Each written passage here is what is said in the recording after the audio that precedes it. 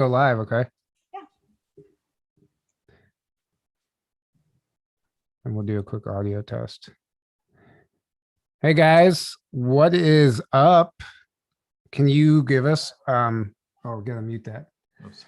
Can we get a 5-5, please? Let us know if we sound okay. Abby, can you say hello to the audience? Hello, everybody listening in. Hello, Tyler and Aaron. Good to see you. Yeah, good to see you. Good to have you on. I know. Great to have you on. If those of you guys don't know who Abby Lynn is, neither do I. So we're gonna find out tonight. No. She actually spoke. She spoke at the Cocoa Beach conference, and I believe it was your first time presenting. And it was, you kicked off the conference. You were the first one to go, and it was amazing. I mean, you had everyone so good. You had everyone captivated. And Yeah, I just remember thinking, wow, we need to get her on the show. This is amazing. We've been around each other for a while now on social media, and we've talked and stuff, but I had never really heard your story. And it was just, I'm like, this is like next level stuff, a next level experience or type of information that needs to get out there. And I think a lot of people are going to resonate with it. And really quick, before we get started, I just want to let everybody know who's listening right now. If you guys watched last week, you know we had the Hopewell Farm sale, 20% off for 420 with promo code JTT420. That sale ends after this episode, when this episode ends. So if you feel like you still want to get in on that deal and save 20% off any of the CBD products, click the link below and type in promo code JTT420, get 20% off before the end of the show. If you want to take advantage of it, as you know, we have promo code CGI Joe for 20% off, or no, it's 15% off. We have the best promo codes. 15% off our Teespring merchandise. And then obviously promo code TRUTH in all caps get you 10% off the Omnia Radiation Balancer, which harmonizes any of the negative frequency coming into your phone and balances it into something that actually is proving to have healing benefits to whatever device it's on. And they're working on some other technology right now. So if you want to get one of those, you feel like you want some protection, that link is also below. Without further ado, Abby Lynn, welcome to the show. Thanks, guys. It's good to be here. I actually want to get one of those Omni devices for my phone. My kids were talking about it. So I'm going to be logging on after this and purchasing those. Yay. Yeah, they're really great, actually. They're amazing. Yeah. They're more and more studies they're finding out right now. It's just it keeps proving itself. It's really cool. Mm-hmm. It's really cool. There's some new results coming out. So we're going to get Tim Sanders back on here in the near future to discuss some of that. So absolutely. I mean, anything that we can do in regards to, protecting ourselves from these Wi-Fi, from these biofields that are being created. All of us, the kids and I, we all have the orgonite pyramids next to our beds, and we like that. Yeah. Yes, absolutely. That is almost exactly what mine looks like. I love it. You got it from Christina, didn't you? I did get it from Christina. Yay. Yes, I love Christina. She does amazing work. Mm-hmm. She does amazing work. Amazing work. But we traveled and I stayed at a hotel and I didn't really notice what an amazing job those pyramids were doing, because I woke up in the middle of the night just buzzing, like, because there's so much Wi-Fi being shot through those hotels. Oh, yeah. Oh, so yeah. now I do not travel without mine. Well, that's true about the Wi-Fi in hotels and apartments, condos, whatever. Every room has its own Wi-Fi router, well, especially an apartment building. But that energy is so chaotic. You have to have protection if you're somewhere like that. Absolutely. Especially if you're sensitive. So Abby, why don't you, well, actually, before we even start, Abby was just telling us about this dream or experience she had. And I stopped her. I was like, wait, can you tell this on camera? Because I actually have something I want to add to it. And it's really interesting to me. And then we can get into introducing yourself. Sounds good. Let's just like jump right into the weirdness. Yeah. So sometimes I have dreams that, I can remote view. So it feels like I'm remote viewing something. And this dream, actually, it felt like I was viewing what would have been or could be a potential timeline that would be derived from what some would call the deep state. But I was in Seattle, and I felt almost like the countdown, and I felt strongly that this was being turned on and started in Seattle. And I felt like from Seattle, it would have been like a ripple, like we're going to start it in Seattle, see how it goes, and then we're going to ripple across the country. And so it's like, I kind of felt like a countdown, turning it on. And all of a sudden, you know, and people were just walking about in the sidewalks in the street about their day, and it was in the afternoon. And all of a sudden people just started going like grasping like their throat and their chest. And their entire bodies just turned into this like ball, like this plasmic gelatin ball, and just dropped to the ground. Very similar to the movie X-Men, you know, when they were doing those experiments on him and he just turned into like this jellyfish. And they turned into these bulbs down on the floor. And what was really interesting was, you know, I kind of walked up close. I wasn't walking, but I viewed it up close, and people were coming up to these, but you could still see through this gelatin, their vascular system. So all their veins were still in there, but they had turned like this burnt, like a copper color. And this one individual kind of kicked it a little bit, and when he did, the gelatin, it broke away, and the blood, which had now turned into this like a dust, this rusty dust, poofed out, like it popped out, almost like in the Avengers movie, you know, when they blipped out, how they just kind of turned to that. It was that type of a substance that came out of their vascular system. And when the people were close by, when they inhaled this dust, all of a sudden they started changing and they started grasping. So then people started like running away from everything, and it kind of turned into a pandemonium. And then I just popped out of it. So I had this dream a little over a week ago. Well, I hope that was a timeline that didn't happen, because when we had Elena Denon on, she described the exact same thing. She said that there was a device underground that when they flipped it on, it would affect everybody who got the vaccine. I can't say that word on YouTube. I mean, whatever. It's gonna get deleted. Yeah. It would affect everyone who got the shot. So, but she said, luckily, what she has been shown is that there's certain forces at play that are stopping, that they have gotten control of that switch, that technology, and they're not able to actually carry out their plan like they wanted to, fortunately. I agree. But as soon as you said that, that's exactly what she described. She said it was like a switch. They would flip, and something would happen to everyone who got the shot. But whenever you're talking about people breathing it in and then being affected by it, we're hearing stories right now of like people just being near people that got the shot and having side effects also, because they're shedding. I mean, what happens when you get the shot, right? You said like you shed for a little while afterwards. So, yeah. Well, they're actually concerned that you're constantly getting these protein spikes, and what they're almost kind of seeing is that usually after a shot, you have like a 21-day shed because you're just shedding a live virus. But this isn't the normal shot. I call it gene manipulation. It's being referred to as gene therapy, but what they're almost seeing is that the body is not stopping producing this, and that some of these doctors are kind of calling the alarm of it may never, like your body may never stop having these protein spikes. I've only done one session, an energy session, on somebody who has had 2 of them.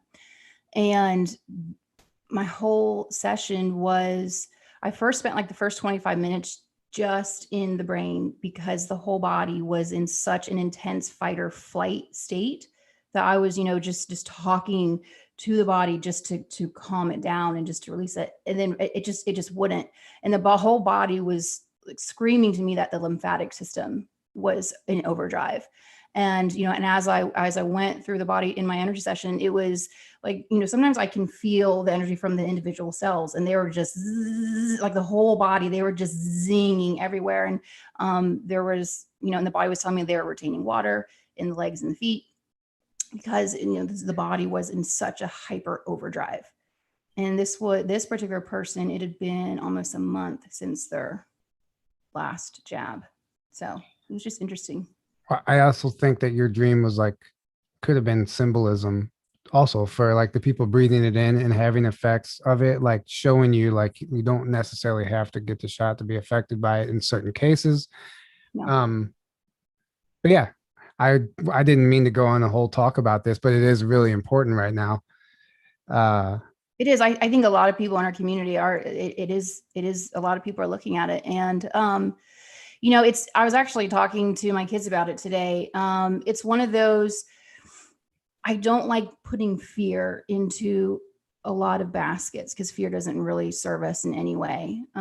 So it's one thing to be aware and to create awareness of something, but I also don't want to put fear into it. It's almost like it flipped. Like we were first afraid of this shot, and then now it's switched, and now we're afraid of the after effects of it. So I'm just I'm observing both of those places. But I don't want to shed on. Guess what? I'm not afraid of any of it. So I'm not worried about it. Yeah, you really have to get to a place where it doesn't, like, the fear and thoughts control and create everything. So absolutely, if you can get to a place where you honestly just like, okay with it, like, this isn't going to affect me. I'm not on that timeline. I know that doesn't resonate with everyone. But that's how I feel about it. Yeah, I agree with you. I mean, I know it's not in my soul contract. This is not, it's not my soul contract. So yeah. We didn't all come here to just get the vaccine or to just, die and like immediately be gone, Yeah. It doesn't make any sense. No. And that's not the timeline we're on. There's too much happening. And like, I just know we are on a positive timeline. Things are just playing out right now that look scary outwardly, because those things have to play out. And absolutely, things have to be cleared. So. Yep. The overriding message that I've gotten during this entire interesting time was, my guides kept saying, get on top of the mountain, get on top of the mountain. And, and when they said that, it was, they always gave me the image of like a little kid coming up to the edge in grass. How you kind of like sit there with your chin down, and it's like you zone in and you're seeing like the cute little ladybug walking on, like, the blade of grass. That was the vision that they gave me. But instead of seeing ladybug, I was looking down into the valley, and the valley is this experience, this simulation that we're all in right now. And, and the message was just observe it. Don't go down and get in the muck. Like, you're not here for that purpose, but you need to just observe it. And so I've continued to replay that message, and I put that image whenever I feel like I'm kind of being, like drawn back down a bit, and sometimes they're like, get on the mountain, and so I project myself out there, and and I observe it. And when you do that, like Tyler was saying, there's having these fears, it serves us no purpose. It just really isn't. And so just to be observant, and you realize how important perspective is on any situation. So. Yeah, exactly. Well said. Beautifully said. Sorry, I gotta say hi. I don't even know why I'm typing this. Hi, Anita. She said. Yeah, you can just say it. Yeah, exactly. Hey, everybody! Thank you, mods. Thank you to all of our mods for helping out. Thanks for everybody. Thank you guys. You're amazing. Thank you guys for being here. And I know some of you guys have no idea who Abby is. So Abby, let's tell us who are you? Abby Lynn. I am an experiencer since I was 3, even though, as Tyler knows and Aaron knows, I don't actually like the word experiencer. I feel like I've been living a life connected, my whole life. And it's really interesting because when you go through life and you understand that something is much larger and bigger than yourself, it gives you a different perspective when you are looking at any type of a situation. I really think it kind of helped me, through my childhood and my teen years, even though I kept it mostly all to myself. Now, I did try when I was in grade school, and we had to pick a big research project. My research project was the world's greatest mysteries. So, Nice. I was there in sixth grade talking about UFOs and Bermuda Triangle and the Loch Ness Monster. And, it's so funny. So Florida was actually my first time that I spoke to a group.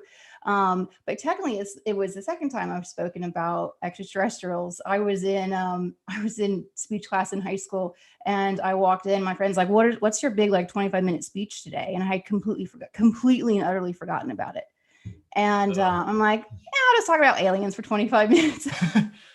Perfect. And you get graded on it. That's amazing. Yeah. So I just stood up and just, started speaking. So yeah, they've been a part of my life always. I was kind of thinking about it recently, and it kind of made me a little cocky when I started driving my car, because I'm not going to lie, there was a couple of times where some invisible forces came in and grabbed my steering wheel and got me out of some, tricky times. And when you can feel that you're being followed, and you can see the craft, and you know that that's your family and that you're protecting, you're being watched, you can get a little cocky.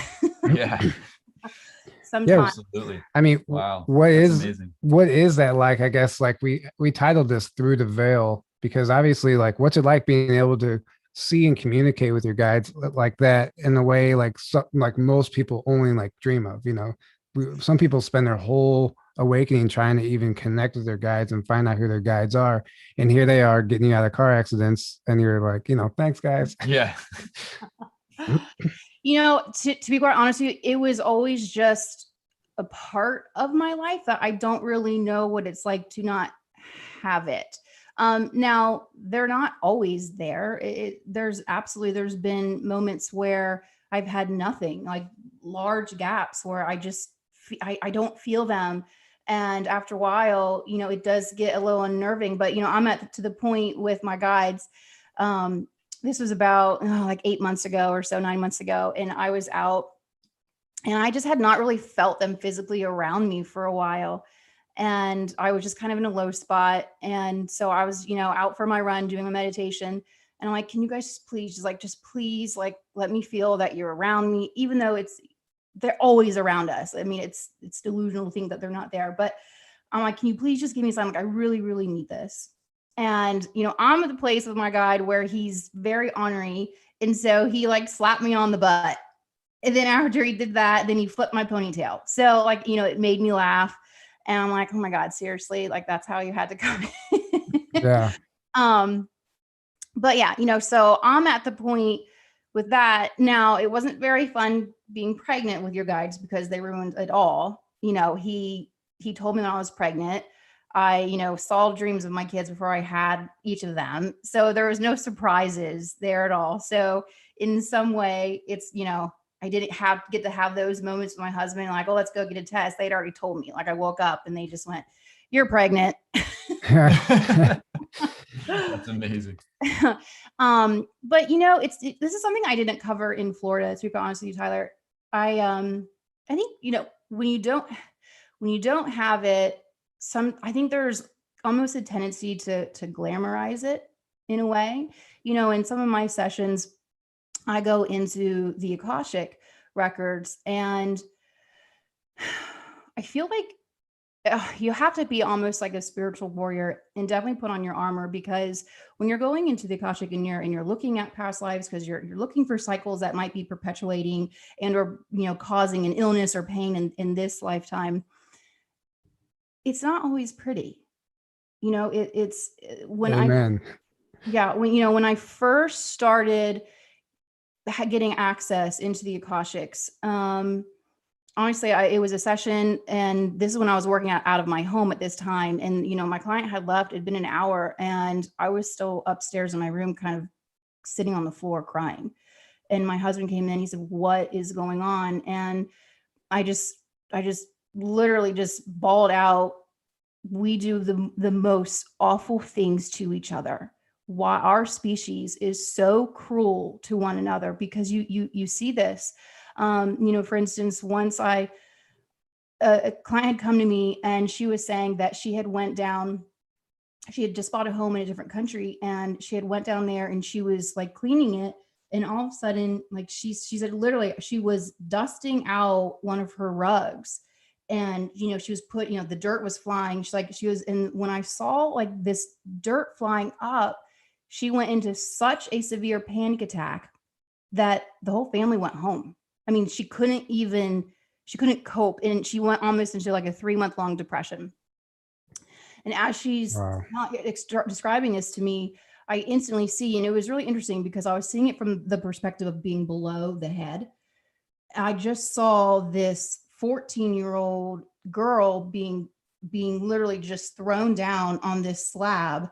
And I was suddenly in a Mayan temple, and her chest is being cut open and her heart's being ripped out.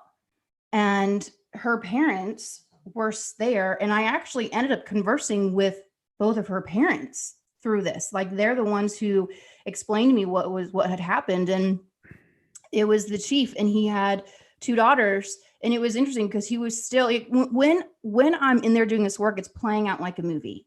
So it is literally like I'm watching a movie. I can smell, I can feel the emotions of the people around them. I can see their clothing. And he looked at me and he said, I had 2 daughters and we were in a very, very bad famine. We had not had rain. And because I had 2 daughters, I had 1 to spare. I had to make the ultimate sacrifice for my people to show them this. And her mother also showed no remorse for it at all. You know, even from that perspective, this is just what had to be done. Now, what was interesting, what had come through for that was they showed me they had given her this herb because she was like the chief's daughter, you know, the ruler's, the head's daughter. They gave her this herb, which they felt she experienced no pain. But all that it did was it essentially just paralyzed her muscles. So from the girl's perspective, my client's perspective, they felt everything. They felt absolutely everything, but was completely numb. And what they showed me, what had triggered the memory to come back, the panic attack, was they had taken her heart and thrown it into the fire. In this smoke rising, that was their sacrifice to the gods, because it was rise up to the sky. And so what her guides then came in and they said she needs to bury her heart, because her physical being felt she didn't die complete because they buried her with no heart. And so they said to help heal that, find an object. You know, you can buy like amethyst crystals in the shape of a heart or whatever you want to represent, but you need to go home and bury this and help to heal and move past that. So like that's for instance, that is one way that I work beyond the veil. But again, like it's not all like beautiful and glamorous. You know, I had to sit through and watch that ritual happen. And I experienced it from 2 different perspectives. Yeah, I've had people say like, I've told stories before, and people are like, "Oh my God, it must be so cool to be an experience or have something." And it's actually, I mean, it is, but there's a lot that goes with it that is dark and traumatic, and it's not. It can scar you for life if you don't do something about it, or you know. So it's not all glamorous, but it is. I mean, I'm grateful for it. It's cool. I mean, yeah. I've had Lyrans walking in my kitchen and talking to me, and I've talked to mantids, and you know, they're literally just standing in my bathroom. And so I've had beautiful, like the most beautiful messages that you could imagine coming through. And so I get to experience life that is, I'll give you another instance where it's really beautiful. And this is actually what happened to my daughter. On Sunday, we went horseback riding. And we went trail riding. So it was just her, myself, and the lead trail guide. So I was up close to the trail guide. I was talking with her and my horse was acting silly. So, but my daughter was way back behind and she was just walking really slow. And afterwards, when we were done, she said, "Mom, there was the most beautiful Native Americans in the wood, in the tree line."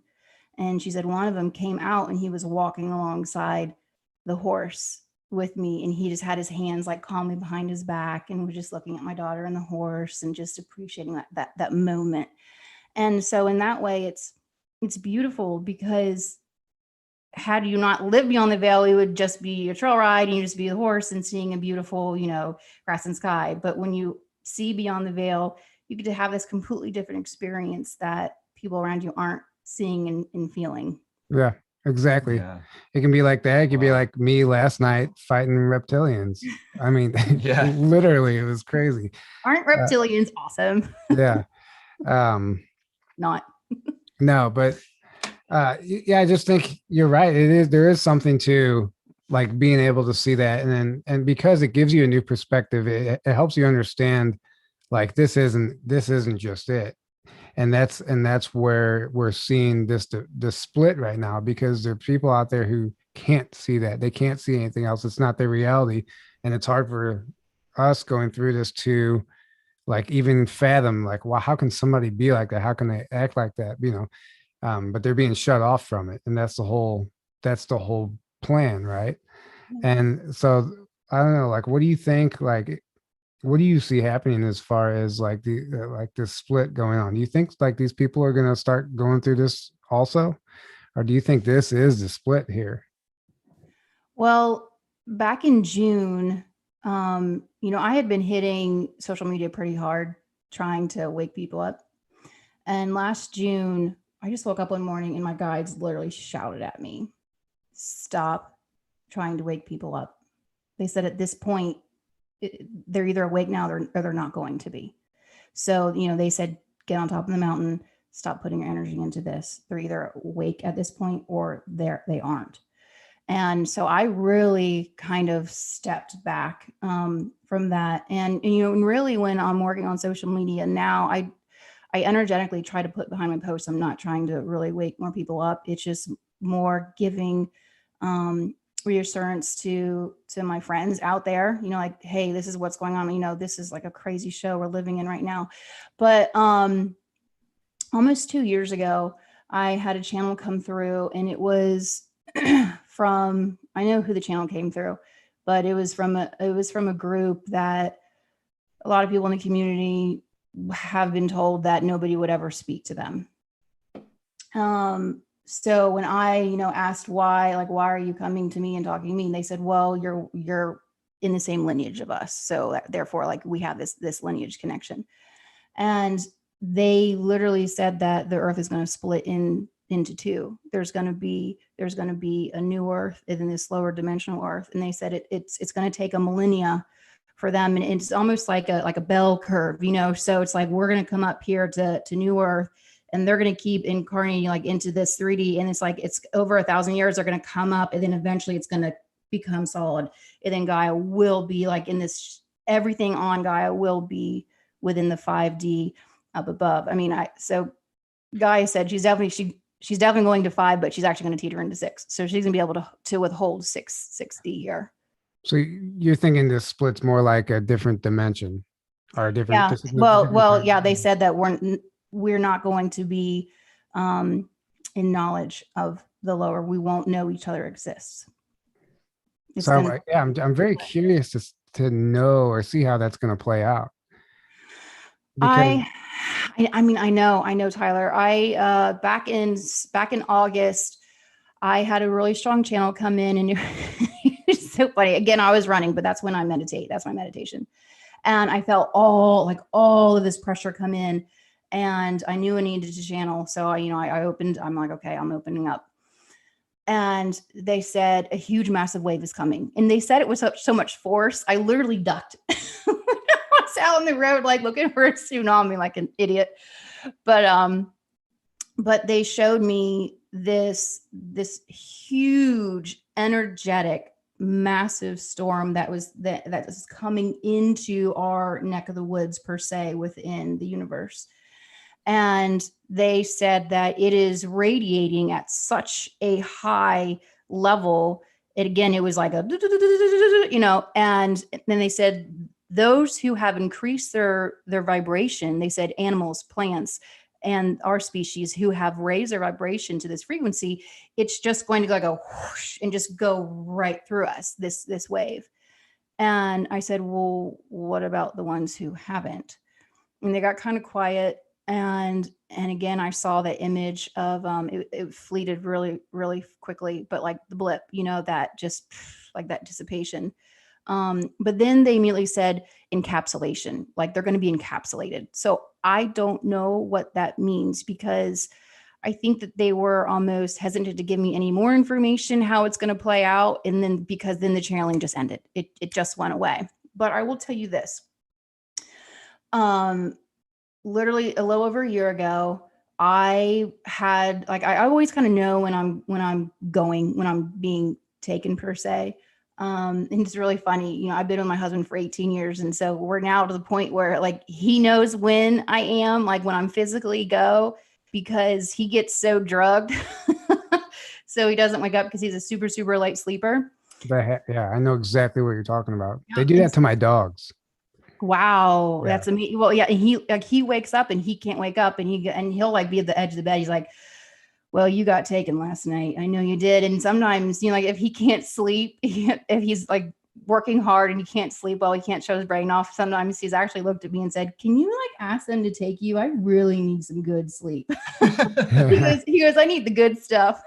That's amazing. But, so at any rate, I knew that I had been going up, and I was actually taking a shower, and I moved my leg, and the light hit it, and I could see very faintly underneath my skin. Like I first saw around my ankle, this like gold rim. And I'm like, what is that? And then as I like moved my leg and I looked up, I could see under my skin, like this green suit moving up, but it had, how you almost see like the copper fit, like it's like, you can see like the lining, there's like a pattern into it. Yeah. So that was going up into my leg. And then I kind of saw it was all over my body. Like it clenched around my wrists, around my ankles, and my body. And so I'm like, what is that?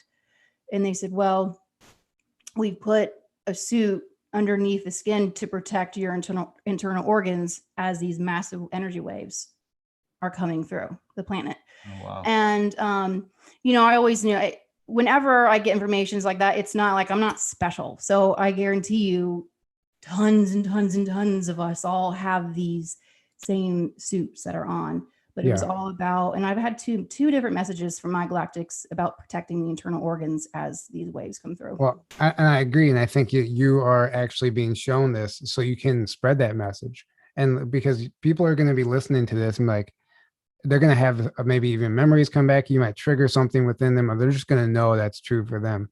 And that's part of what we're even doing here, why we're even talking about this. I think about that sometimes. I'm like, what are we even doing anymore? What are we doing? But it's the messages and the feedback of the people who are going through stuff that we had already gone through, been there, done that, but we forget about the people just starting to go through this. And even those of us who are experienced or whatever, there's always new information. So when you share a story like that, it might resonate with somebody and actually give hope to people who, are kind of lost right now. So, well, I mean, anytime that we can give confirmation or validation to each other is amazing. And, the way I finally looked at it, because, I've been living this life and I've always kind of called it my secret life. But I got to the point where you do realize this isn't for me. Like all this information isn't just for me. I have to be sharing it. And, whenever I am getting, a channel or information, I'm very much so aware that there's probably 10,000 other people on the globe who are getting the same message. And it's essentially, they're putting this intel down and seeing who's picking it up, and it's almost like, if you want to see where the leaks are in a hose, you just send water down and, and you see where it comes through. And it's like, oh, and we see one of us who are stepping up and sharing. It's like, oh, we got a live one here. All right. They're willing to talk and share. So let's start giving them more information. mm-hmm. So I definitely, that's one of the conversations I've had with them. Like, okay, I need to start stepping out more and being more open, because this isn't for me. It's much larger than myself. It's for all of us. And, again, like we're all here just trying to put together the pieces of this very confusing, awesome puzzle. Yeah, and every person has a piece of that puzzle. And like you said earlier, it's not about trying to wake people up, like stop waking people, because it's not. I thought at the beginning it was, and I learned the hard way that that's not how it works. But it's about presenting the information, sharing your stories, and then it's up to them to do what they want with it. And the people that are ready for it it'll kind of take root in them, and they'll be like, yeah, that's it, you know. Yeah. And the people that aren't, they're not. And no matter how, you can't like force it down their throat. You can't make somebody wake up like if they're not ready, is what I've definitely learned. In fact, you're just doing more harm than good at that point, and you're wasting your own time and energy. You could turn them away from it. Yeah, well, that too, exactly. Whereas maybe down the road they might have started opening up more, and now they're digging their heels in even farther because you tried to, you know, that whole thing. Well, you know, the way I look at it too is, you know, sometimes when I was doing research for myself, you know, my background, my professional background is journalism. And, you know, I was a television producer and working in the news. So, you know, I lasted less than 2 years because that was just very blatant for me. So it's really interesting because I do have, you know, I've always had this internal drive to research and know more, because so much of my life was, you know, people always try to debunk it, like that's not real. And I couldn't find books on it or much information, or people say, oh, that's not real, but it was the most real thing to me. And so I think that's what drove me to go into journalism was, well, I'm going to actually be the one who like goes out and finds all this information. And then, you know, of course you enter into the belly of the beast and you realize, oh my gosh, this is completely and totally corrupt. I cannot be a part of this. And so, you know, it's like, it's completely controlled too. So no matter what you wanted to, what you want to be a story or, you know, research and present, it doesn't matter. It's like, nope, this is what you're going to, you know. advertisers matter, and that's pretty much it. Yeah, unless you just go completely independent and create a YouTube channel or do your own thing. Absolutely. You know, Absolutely. I mean, you guys are the news. We are the news. You guys are the news because you're willing to talk about this stuff unedited and uncensored. And this is the only way that it's going to get out. And yeah, so I thank you. I thank you guys for your service doing this. So thank you. We thank you also. Not everybody can just tap into the Akashic records and and I contemplated messing with you guys because I've been on your side of the table so often, and you know, you love interviewing the people that give you like one or two answers. And so at first I'm like, I'm just going to start out and just say, yes, and just make you guys ask all the questions. Make it really hard for really hard. Yeah.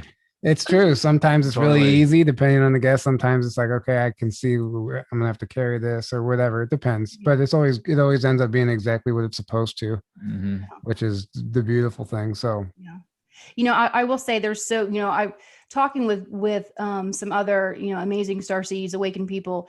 You know, a lot of us are really getting this strong realization, and I almost feel like the urge that, okay, like we're just going to have to create it ourselves. Like it's just going to have to be us. Like instead of just waiting for it. And, you know, another like Heidi Pop, I love my dear friend Heidi Pop. And, you know, she and I have been wanting to do some stuff working with these starseed kids, you know, coming in, you know, I'm already just in some of my sessions, I can feel with the adults.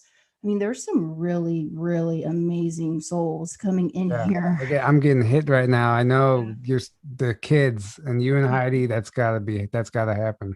Yep. You know, these and for us, you know, for me, just seeing with the adults, us being these old, I've had a couple readings, and you know, I'm in there with a higher self, and I'm pulling from, you know, their highest form knowledge, and I just like, who are you? Like, where did you come from? I mean, you're talking some deep pockets of the universe. These souls are coming here. And, you know, I actually did a reading, and it was beautiful on a 6-month-old. Wow. That's the first I've heard of that. It was, I mean, major applause for the parents. I mean, oh my gosh, you know, imagine being that aware. And it was one of the most beautiful readings, because I instantly was just right there with the higher self. it was just, right there. And they gave important messages as to, the type of environment. They even, the baby even talked about, I really work well in this frequency, like in this number of a frequency. And, it came through that, their initial language, I was actually thinking about this other day with a lot of these kids, like we need to start making these new forms because light language is actually going to be a pure language. All these kids are all bilingual naturally because their first language is light language, and then they're going to learn English. But, and they were just talking about the right environment and the right type of food and the type of water and like what their body is going to need to make them the most healthy right now. And just that information just comes through, and it's amazing. These kids are coming here, and and she's here to bring in. She showed me that she had a couple lives here working with the land and almost like a shamanistic, like a Native American type of lifetimes, where she kind of felt from the land what this planet was needing. And then she went on, and then she went out and had all these lifetimes within the universe gathering the right information that it needed in order to come back. And she's bringing in all this information in order to now heal Gaia.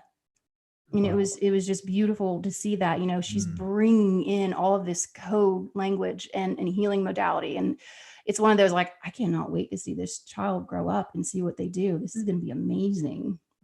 I mean, and not just them, all these children coming in, and it is up to the parents. Everybody's coming in activated and turned on now, and it's up to the parents at a certain point if they're going to shut them down or not, depending on who the parents are, right? Yeah. And I know this to be true for somebody I know, and because the mother is going through an awakening, and she's getting these messages now, like listen, like your kids are this close to being shut off. Unless you do something about it now, because they're getting programmed heavily. So luckily, she got the message in time, because they can be shut off and then be thrown into that matrix, and then they go down. I mean, yeah, it is still part of the soul's voyage, and you do learn lessons and go through a lot eventually, but it's a longer, you can do a lot more if you're being guided by not just your guides, but by an actual physical parent. I think that's crucial. Yeah. And really for these kids, it's about creating the right environment in regards to giving them access to certain, information, or, letting these kids listen to light language, letting them listen to frequency, the Salvagia frequency, healing frequencies. My kids, I just took them, I'm a Reiki teacher, so I took them to Reiki 1, and there's no reason why everyone should learn how to self-heal and heal others, so I'm going to, take them as far as they want to go. My kids came in pretty awake. I mean, they were probably one of my biggest catalysts in regards to looking at myself like, okay, this is so prevalent. How can I be best to show up for them? And it was really interesting because the minute I actually had them, I instantly just knew they weren't mine. Like, I don't have ownership over them.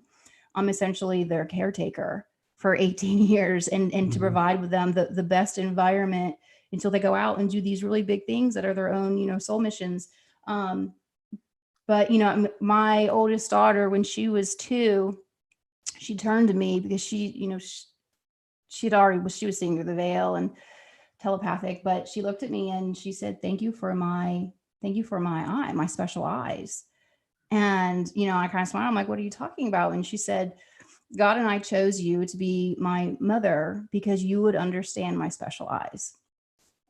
And, and then, my son, they're so close in age. When he was like 2.5 and she was 3.5, they would sit there and joke about the fight that they had about who was going to come down here first. And, so my son at 2.5, he talked to me about the room full of holes. And it was a room full of wormholes. And that was when his soul came down to be in here, and he goes, but by the time that I got to that room, I was so small that, somebody was guiding me. He goes, and what was really crazy was he did not know my maiden name. He didn't know my maiden name. And he said, we got to the wormhole that said, it was my husband's name and then my name and my maiden name. He goes, and then they put me into the wormhole and then I was in your belly and I came out. So he was like 2.5 talking about that. Wow. That almost reminds me of the ship that Barry Littleton describes of all the wormholes on. That's just interesting. That's the second time I've heard of that, like a room with wormholes like that. Man, what does it actually look like? That's so crazy. Like Yeah. we hear about like choosing our life and coming down there and picking our parents, but you don't actually think about the room that it takes place in. You're like, okay, Yeah. like Price is Right. You like punch the hole out and see what's inside. Actually, Jason Quitt talks about that a little bit. He Yeah. he had memory of like picking his Oh, he did. memory. Yeah, in his he book. said he was like a baby crawling, and then he entered like a room, and then they showed like he like That's shows true. his parents, and That's true. yeah, he talks about it. I wonder if it can't be the same for everybody. There's got to be because we're coming I think from it's different. we're coming from different groups and different races, different beings. So each one probably has their own room, right? Yeah. I mean, we're coming from so many different places, but it's really interesting. My son has a lot of galactic memories, like crazy memories. Tyler, you've met him. I know, and I actually have his little G-force emblem that he drew, right? Yeah. He wore that. That story, the reason I even did that because of his story, because that story resonated with me so deeply. I'm like, there's something to this. So. Oh, he's crazy. He actually, when I took him to level 1, when you're doing attunement, a lot of times while you're in that attunement, you are having experiences yourself. And his experience when I was doing the attunement to open him up, he was in a ship and he actually saw his dad, and he felt like it was like back in the Galactic War time period. Mm-hmm. He knew that his dad was the commander of the ship, but when you looked at his dad, he had light blue skin. He had 8 eyes. So it was like 1, 2, 3, 4. And then like the nose came down, but the nose sat lower than ours. And then 1, 2, 3, 4. And he said he had a bone that was here. And he said the longer the bone was that went down into the back of the neck, that's what actually showed your age. So the longer that it recessed down. And he said he had like an ice white beard. And he knew instantly that they were amazing at combat. And one of the reasons why was because of the eyes, because they could see from all angles. But he knew his dad was the commander of their particular craft. And he said, it was like we knew that we were getting ready to die. Like we knew that it was coming. And he goes, my dad turned to me and he said, son, let go. And then he said, like, then just all this light filled in. So he got pretty emotional, when he was recalling that. But yeah, a lot of these memories come through, and they're there to help us heal. But I want to go back in because Peter Slattery mentioned this in your last show. And it's something I've heard before. And that is is reincarnation real? Like, do we reincarnate? And how does that work? And it's something that. Well, he talked about more of it being, it's not linear. It's not linear. Because it's time is an illusion. So how does a reincarnation cycle work? All happening at the same time. Mm-hmm. It's all happening in the now, basically. Yeah. And and it's so interesting because, when you go into these different lifetimes, you can jump around in them, but yet they feel so real. Like you're literally in it. And we know that time, I always tell people, that time is an illusion. And they're like, well, how can you say that? And I'm like, because it can be perceived. Anything that can be perceived isn't real. It's not set. If one person can have a day that felt like it dredged on all day long, and where one person's like, oh my God, that day flew. Therefore, know that time is a perception. And therefore, you know that then if it's a perception, then it's an illusion and it's not real. It does not go within a line. And, I've noticed that time is just going so much faster. Have you guys noticed that? Yeah, I agree. Yeah. The days are just, before I used to be like, oh my God, where'd that week go? Now it's, where did the last 2 months go? Like how it's changing. We're quickening. Yeah. And so I was, I kind of had a download one morning about time, and I still can't even understand it. I think it's one of the things that I don't think we'll ever understand in the third dimension time. But that's part of the experience of being here, is to experience time, I think. I think, I agree with you. But they're, like they were showing me that time is cyclical, like it goes in a circle, and That's it's how always, time travel works. Yeah. yeah, and it's like I sometimes, and I know that you guys are probably saying it's like for a fleeting moment, I understand all of it. It's like, oh, I get it, and then it just like vanishes. That it just vanishes. Like, oh, I almost had it. So, with what Peter was saying, I find it so interesting because time is not linear. So therefore, how can we have all of these different lifetimes? Because I know that, we discuss our parallel lives. We have knowledge of our parallel selves. So how does that work? Do each of those parallel lives have multiple lives and we can tap into all those? But when you get really deep and you realize that we all come from the same place, that we are all connected, are all these lives not, we're just tapping in, like when you remote view, you can travel and you just tap into that soul's experience? That's exactly what I was thinking after that. I was like, so there's really no such thing as a past life regression. You're just tapping into a parallel timeline, and something happening simultaneously. Yeah. Although it may appear to be linear because, see, I don't know, because Because you can experience their death. Like you can jump forward and you experience their death. And so therefore, because we think linearly, okay, well, that life had a beginning and then it had an ending. So therefore it must be linear. Yeah, but sometimes you go into a past life and the era was in ancient Egypt, which was in the past. Yeah. But how does, I have no idea what I'm talking about. Since time's an illusion, it's really, well, that's the whole thing. It's like in the illusion of time that we're like perceiving, yes, it was in the past. But since time doesn't ultimately exist, we're just perceiving it. The now is all that exists, and that was happening in the now. Everything that happens is happening in the now. That's all that actually exists. And I really, so that's the way it's. And I really do think that's the key to time travel, right? Because they finally figured this out. It's not linear. It's cyclical. It's circular. It's continuous. So you're not trying to jump forward or back. You just have to know which place to go to, and it actually makes it feasible. You can actually like, oh, now I get it. Yeah, and then there's timelines, which is based on choices you make. Apparently we're constantly splitting into different, every time we make a different a choice and do anything, like Dolores Cannon talked about this. You're literally constantly splitting off, and there's like millions and millions of versions of you basically in parallel realities on a slightly different timeline, like every second, and that's what weirds me out. Mind-boggling. That weirds me out because like she said that if you like decide to make a left or a right at a stoplight or something, there's a version of you that went left, and eventually and it carries on and eventually just like fizzles out.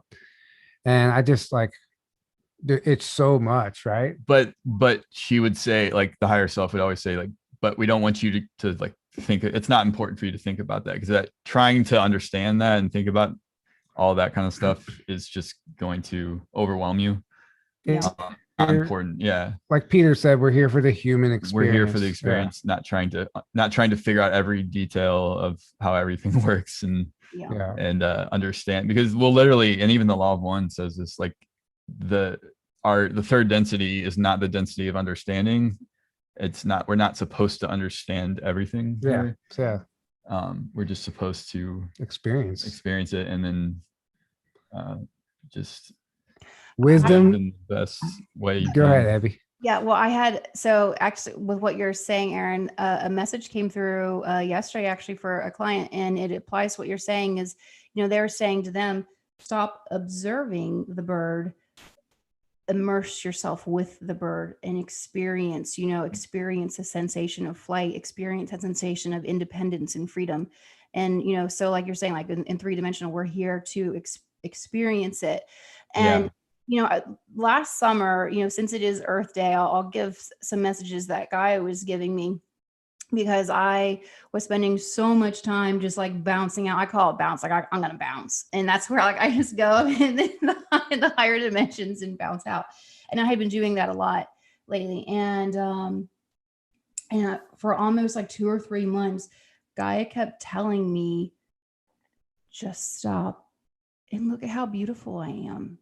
Look at my trees, look at the water, really look at this, take a good look. And then the emotion behind it was, because you're not going to see this again. Like, take it all in. Don't forget this moment. And, at one point she was giving a message, and I actually did post it on social media. She was wanting people to start sharing how beautiful she was and taking all these pictures. And, so I was reaching out to people all over the world, like, please, like, just what are you looking at right now? Like, what's your view? Like, let's see how beautiful Gaia is. And, she truly, truly is. This is literally a playground. This is just a playground of experiences and growth that we are given this opportunity. And I don't want to say given because we chose it. We chose to come down here. And, and you guys and Peter are absolutely right. The overriding message that I get so often from the higher dimensions is just have fun, especially the Arcturians. Yeah. Arcturians come through a lot, and they're like, outside of this small little moment that you want to grow and learn from, just have fun, like just laugh. And so they're goofy. Like, I love goofing off with them, and they're really spunky, and they, it's just have fun. They're ornery. So that's what yeah, that's it. That's what Ivan Teller said Mhm. in one of his channelings. He was like, whoever he was channeling, like, what are you guys complaining about? He was, you guys are basically living in Disneyland compared to what people are living on other planets. Like, you guys get to do everything. It's boring in other places. So just while you're here, like, be here, take advantage of it. And I'm not saying like join in on the toxicity of like drugs and alcohol and all that stuff. I mean, yeah, that's all part of the experience, right? But there's ways to appreciate being here that you can't, like Peter said, again, you can't do it anywhere else in the universe. Even another 3D planet, it's not the same as we're experiencing it. And I agree with that. And it's a great message when you were talking about the Earth Day and just remember her. Like, I just put a big smile on my face because it's true. Like, just look at the beauty of everything. Yeah. She's so beautiful. And understanding that she is her own sentient being on her own. She has a beautiful consciousness. She's very well protected and guarded, inside, but she's just beautiful and enjoying it. I've gotten a couple glimpses into like, New Earth, and part of the message, I think, of her saying, like, just like, look at me and take it in, like, you're not going to see this again. The vision of her in this new earth where we're going to, it's just the colors are different. It's so lush and green, and they have a lot different type of plant life, wildlife. And it is, so while it's still, she's retaining this beauty, it's a different beauty. And so it's not going to look like how we've been experiencing it. So I am, just taking in and just enjoying just being here. And in my galactics, because I complain a lot, like, sometimes I do automatic writing, and I don't always remember, but I'll go back through and I'll read it. And whenever they're really kind of being forceful with me, I write in like really big capital letters. And I'll read through and I'll just read, stop complaining. You chose this. Mhm. But yeah, so the message I got from them once, because again, I was like complaining, was like, you need to remember what life was like, in this lifetime. It's kind of sterile, it's a little boring, it's very routine. Here it's just child's play, like, it's just having fun. And yeah. Yep. Yep. Yeah, exactly. Yeah. But I will say this, the right now particularly, it's a lot of fun because the veil is so thin. It's so thin. This is the best time ever to start kind of playing with your abilities and really kind of seeing how far you can expand your mind, and playing with the matrix a little bit. So we were stuck at a stoplight, and we saw, I think, like 8 white cars go by, like, we're like, oh, someone, like, matrix is stuck again. It's stuck on the white car. So we're like, all right, let's play a game. Like, let's put it out. Tell the matrix what we want to see next. And so each one of us took a turn. I'm like, I want to see a really pretty, like, cobalt blue car. And next car, boom, this blue truck went by. And my daughter said, she goes, that's too easy, Mom. She goes, let's make it more fun, more hard. And she said, I want to see a very, very unique car, like the exterior of a car that you've never seen before. And I kid you not, 20 seconds later, this white van goes down where they had etched in tiger stripes into it. No where way. like it had been rusted. So all the rust spots look like tiger stripes. Wow. Wow. That's And, interesting. Yeah. it's just play, have fun with it. So you can manifest in, because this is the time of master manifestation. It is. It is. Yeah, And it it's definitely just is. like that conference was a perfect example of that. We pulled it off against all odds in a Mhm. time where travel was questionable. And because we showed our guides and our ET team, I guess you want to call our galactic team family, that we were serious about it and we created it. We manifested that and they protected us, protected the conference, and they helped us pull it off. Yeah. Yeah. And It's that yeah. 50-50 bargain that, we talk about. They help us, we have to do the work by showing up and having that determination, like, no, this is what we're going to do. But then they help us out on the other side, making sure that it does happen, that it's all protected, that it is safe. I was 22 miles out for the conference, and it was like I drove through this protective wall. And I think I texted all you guys like, oh my God, like the protection bubble is 22 miles out for this. It was incredible. So yeah. Yeah. That's amazing. Yeah. Yeah. It was, I mean, that conference was exactly what it was supposed to be. It's exactly It what, was. I mean, it was needed it was much needed for a lot of us. And Yeah. it was great. But I want to get into, I know we've been going for a while, and something I wanted to talk about, which I know you have a special connection with Sasquatch. As do I. And I'm actually getting ready to head on Saturday I'm about to morning. go to a place where I'm heading out to Board Camp Where it might be Crystal Mine again in Mena, Arkansas, where I have been before, and I've told stories about my amazing Sasquatch experiences there. And actually, I had a dream, you had a dream or an experience like the same night. Yeah. And you messaged me, and I told you mine, and like you gave me the message that like this land, they were welcoming me. Mm-hmm. And I just kind of wanted to like kind of set the tone and kind of talk about them and honor them, because I'm going to be spending some time where I know that they are existing. So I'd be like totally like heated up listening to that. Mm. You're gonna have an amazing time there, an amazing time there. They're gonna make sure of it. But the Sasquatch thing kind of, I didn't ask for it, it just showed up. And it came really clear that they choose who they're going to show themselves to. You can't go out and like hunt them or find them. I had someone come in my backyard, he was fixing something, and I have a small Sasquatch statue outside of my yard. And he saw it, he goes, once I retire, I'm going Sasquatch hunting with my brother, we're going to capture one. And I kind of laugh They like, can sense you coming a mile away. They know your intentions. They know if you're carrying a gun or not. I mean, they know what you're out there to do. So yeah. So, Yeah. I just Good inside, luck I'm with like, I don't think that's going to work out how you think it is. But they are probably one of the best protectors of this beautiful planet that we're on. They absolutely are. They're land guardians, they're portal guardians. They came through and showed me that they actually taught earth medicine to the Atlanteans. In exchange, Atlanteans helped them to protect the portals.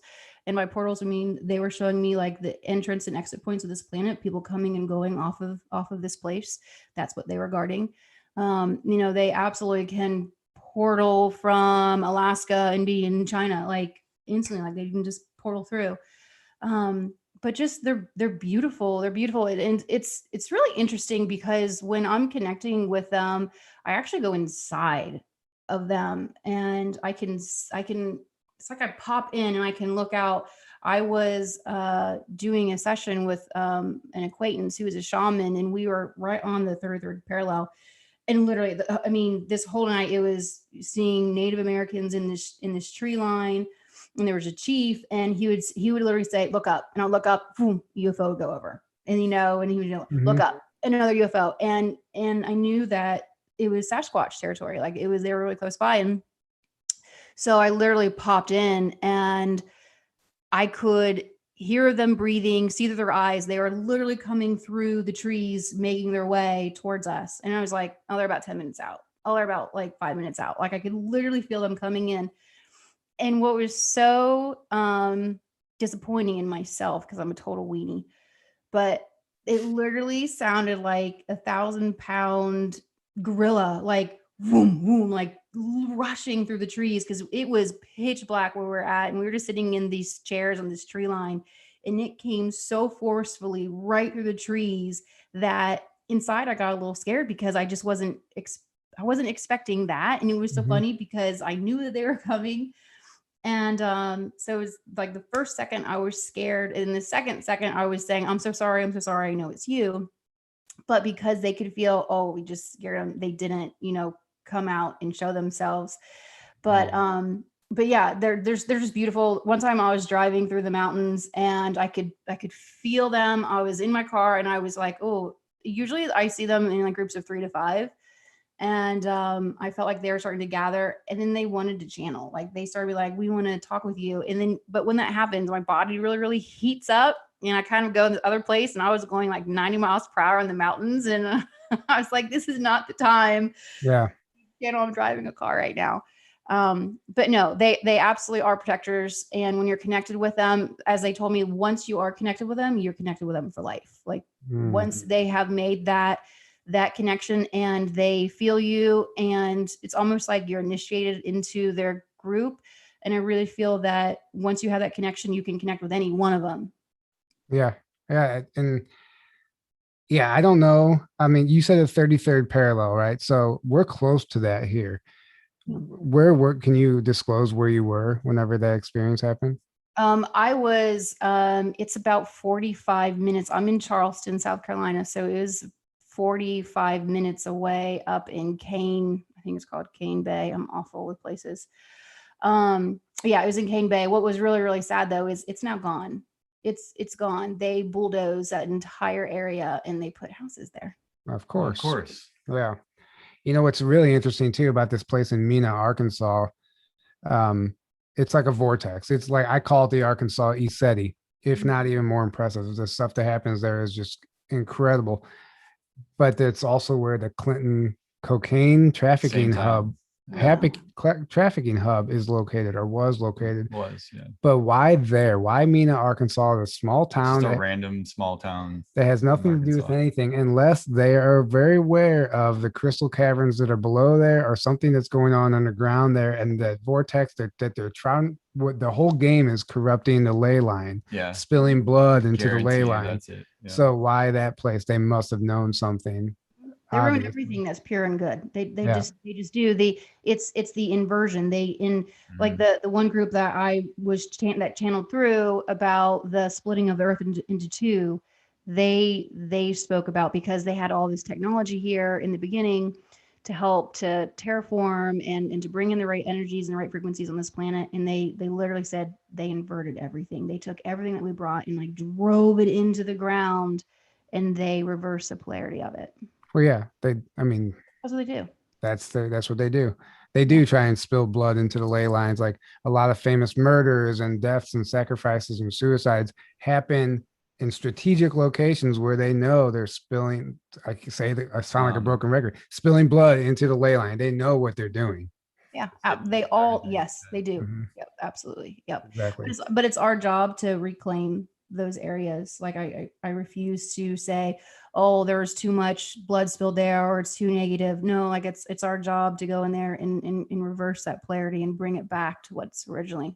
It all is being brought back to, though. The planet is being healed, and all that's being reversed back. Also a lot of battles, ancient battles, even Civil War battles. These battles weren't in random locations either.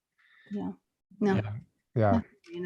The more you do research, the more it's like, oh, they're so predictable. Nothing's random. Yeah. And if you out. Yeah. It's I can keep going on and on about that. Like go ahead. I'll tell you a beautiful vision that I had. It was work I was doing, but then it's about clearing out and making things right again.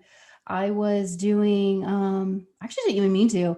This was before all when the Epstein stuff was first coming out, and there was this 90-second drone footage of just this high aerial of just the island. And So the purpose was to show like where the temple was versus his house. And so I was just watching this, and then all of a sudden I just psychically saw it was pitch black. And at one side, I saw these two men. They were along the cliff, and they just had these piles of literally just piles of dead bodies there. And I'm not going to go in detail what I saw, but they were literally like one grabbed up from underneath, the other grabbed the ankles, and they were tossing it off to the side into the water. And when I saw that, I'm like, oh my God, they need like all the evidence is right there next to the water. Cause I guarantee you there's going to be bones in those rocks down the side.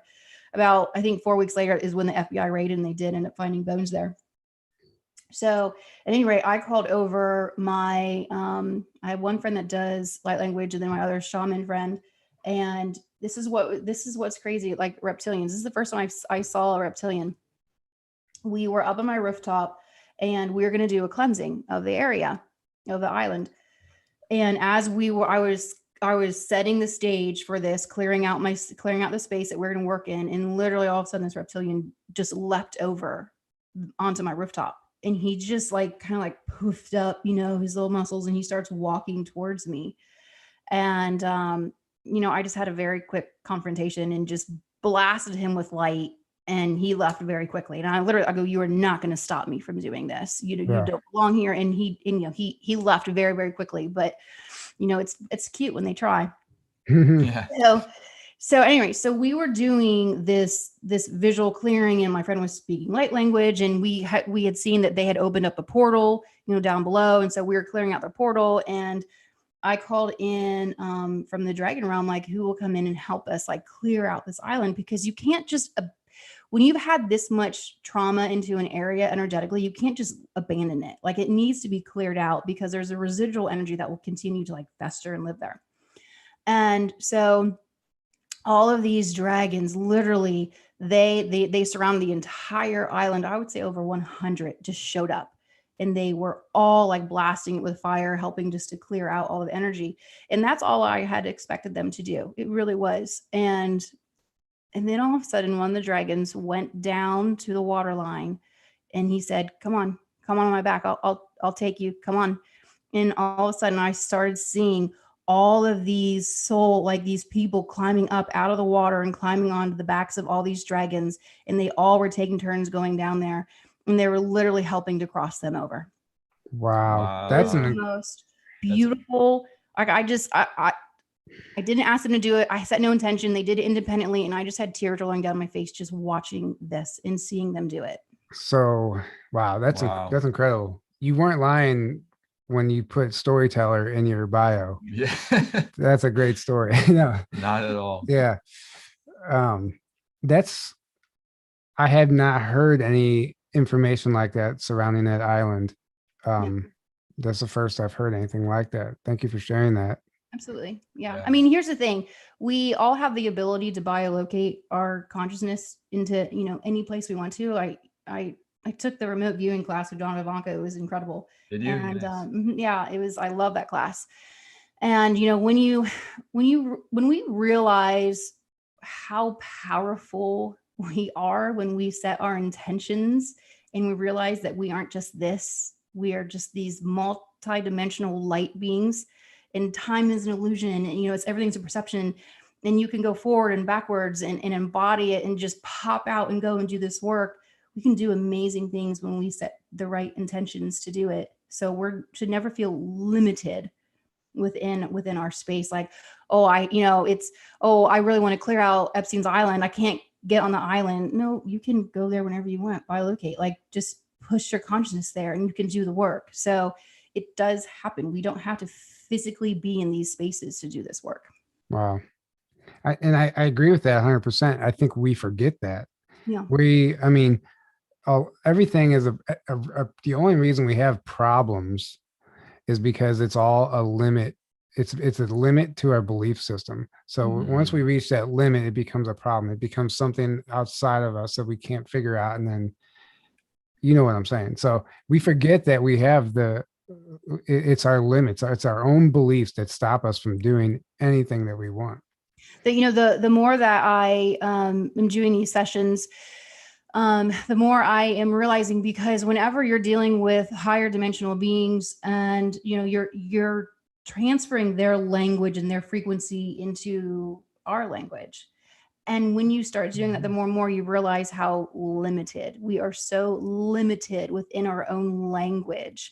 You know, telepathic thought, I originally thought that being telepathic was, oh, you just hear their words. That is so not the case. No, So not the case. it's an energetic exchange. Sometimes you don't even hear the words, you get the message just by the feeling of it. 100%.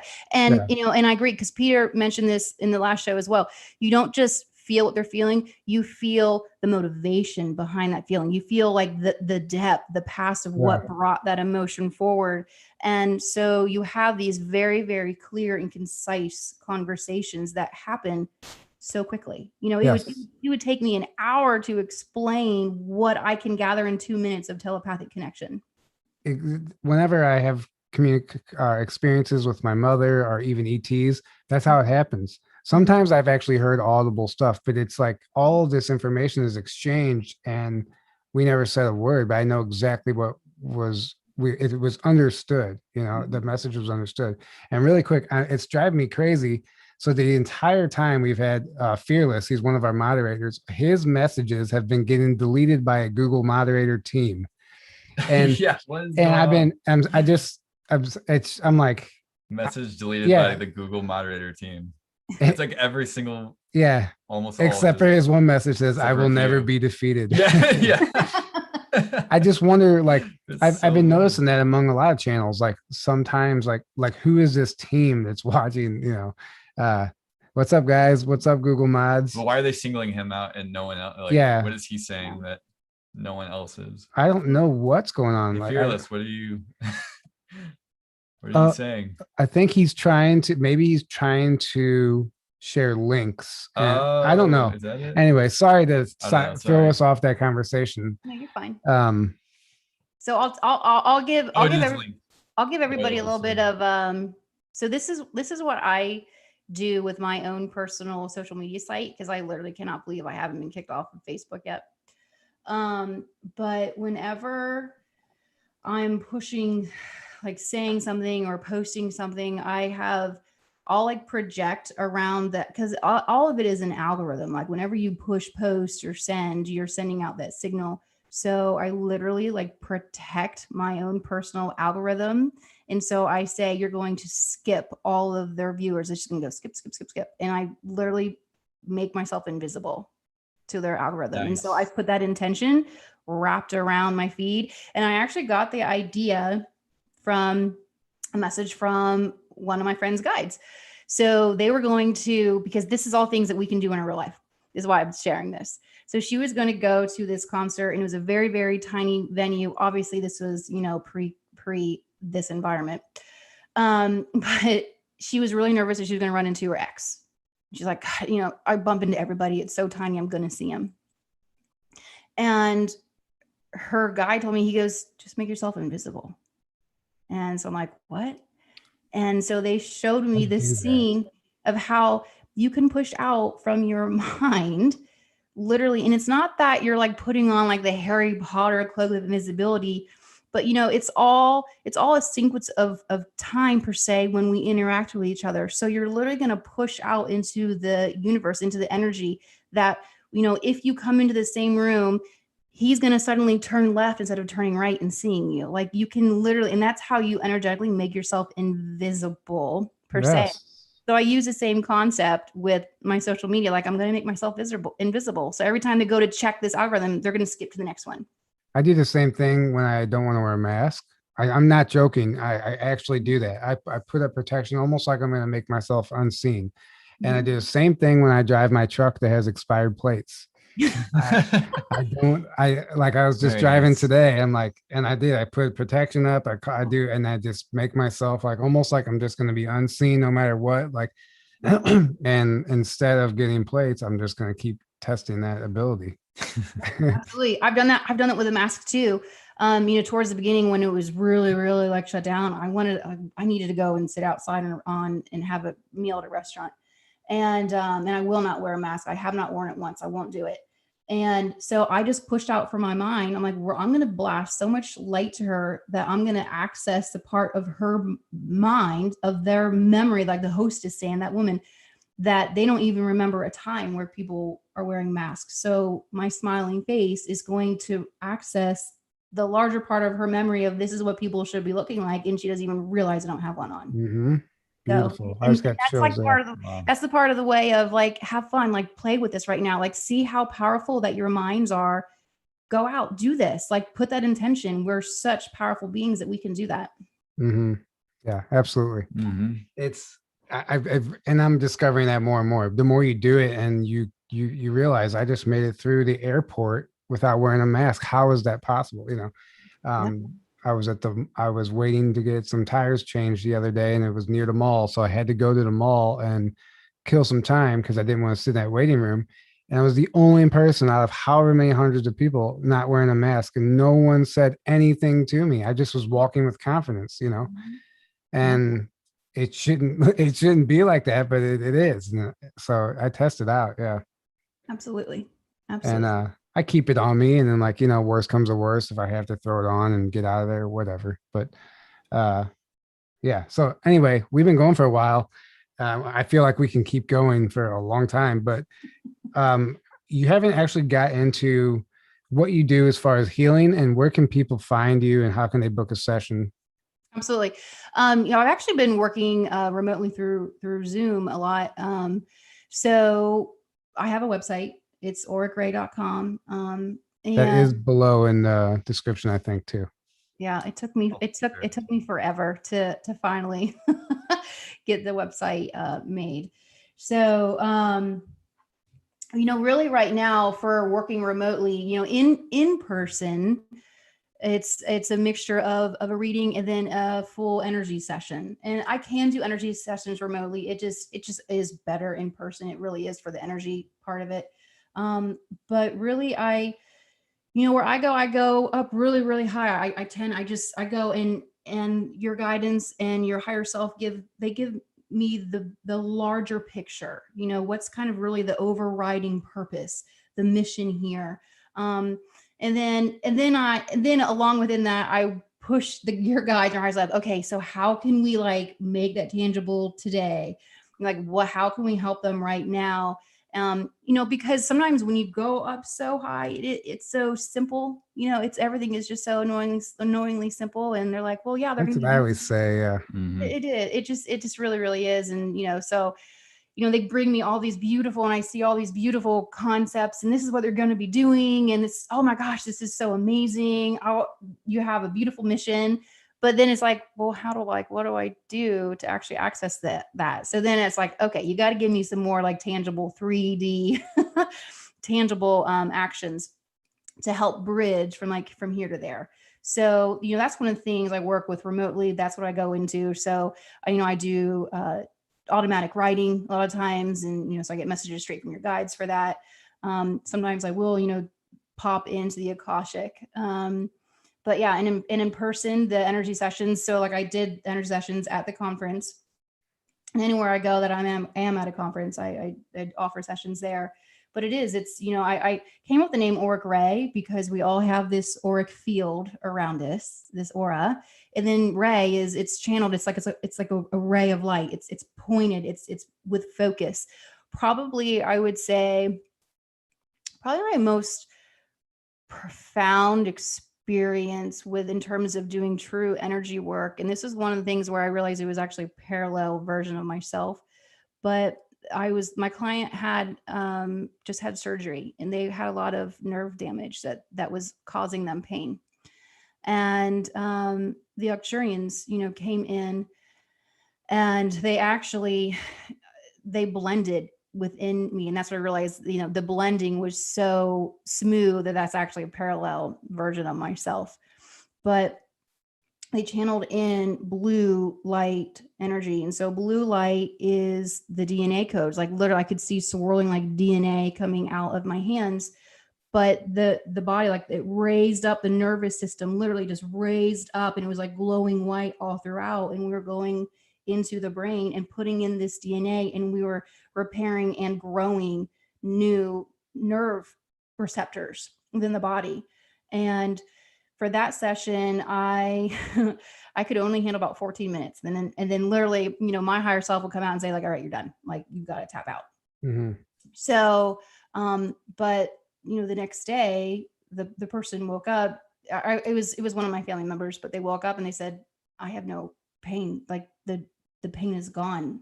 And so that's just one of the things that we can go in. And again, it's realizing that we do have this ability. We can do this work. We are the med beds. Yeah. Yes. 100%. 100%. Yeah. So, yep. Well, this has been amazing, Wow, Abby. this has been Thank Thank incredible. you for sharing everything. Like I said, there's so much more we can talk about. I'm sure we'll be doing this again in the future. We'll have you back on. And guys, thank you guys for the donations. Thank you, Yes, Fearless, thank you. for being relentless with that link. Guys, so up next, Conspiracy Couch with Foil and Alara. They are, I think it's at 9:30 in an hour. So make sure you tune into that 1 Foot in 5D channel.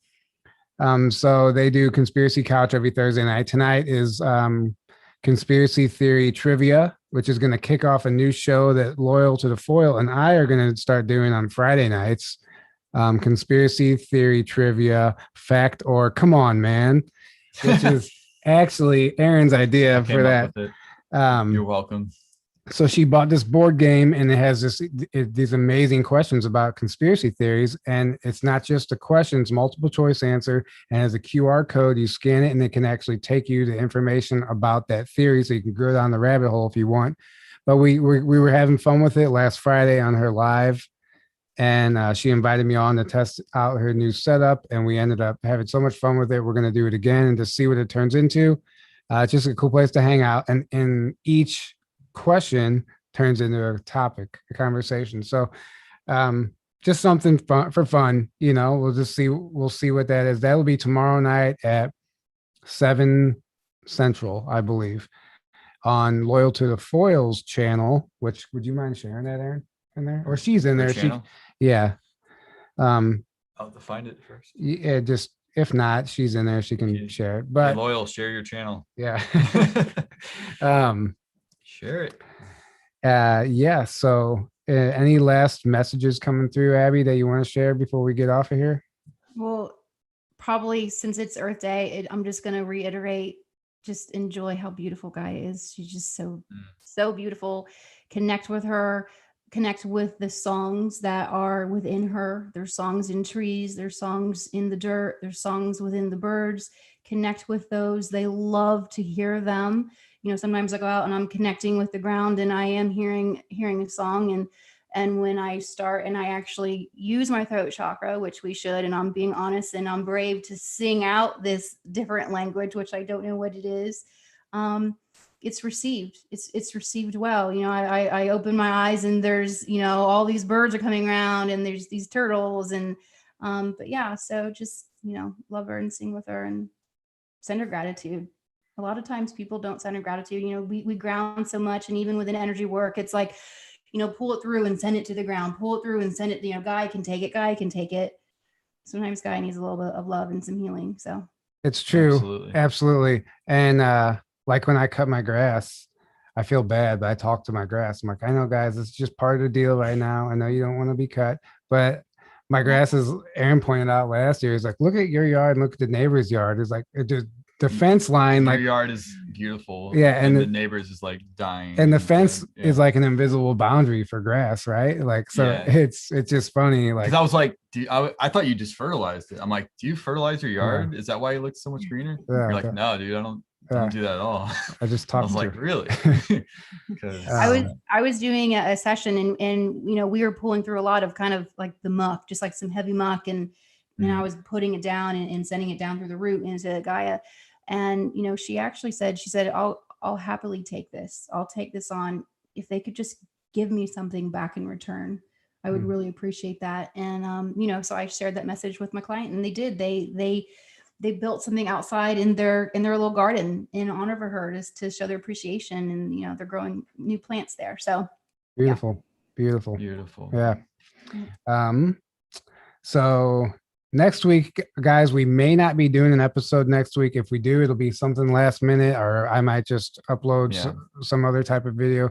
I'll be traveling, he'll be traveling, and the week after that we'll be back. So if you don't hear from us next week, we need a break too sometimes. So have so much fun on your trip. Yeah, looking forward to it. And I'll be giving you guys an update on that also. And I guess that's it. Thank you guys so much for tuning in. Thanks again for the donations. And thank you guys so much. Thank you, Abby, for coming on. Thank you, Abby. This was so much fun. This is so amazing. Always love you guys. I can't wait to see you in person again next conference. Oh, yes. Yeah. Can't wait. All right, guys, I am ending the stream right now. Have a good night. Good night, guys.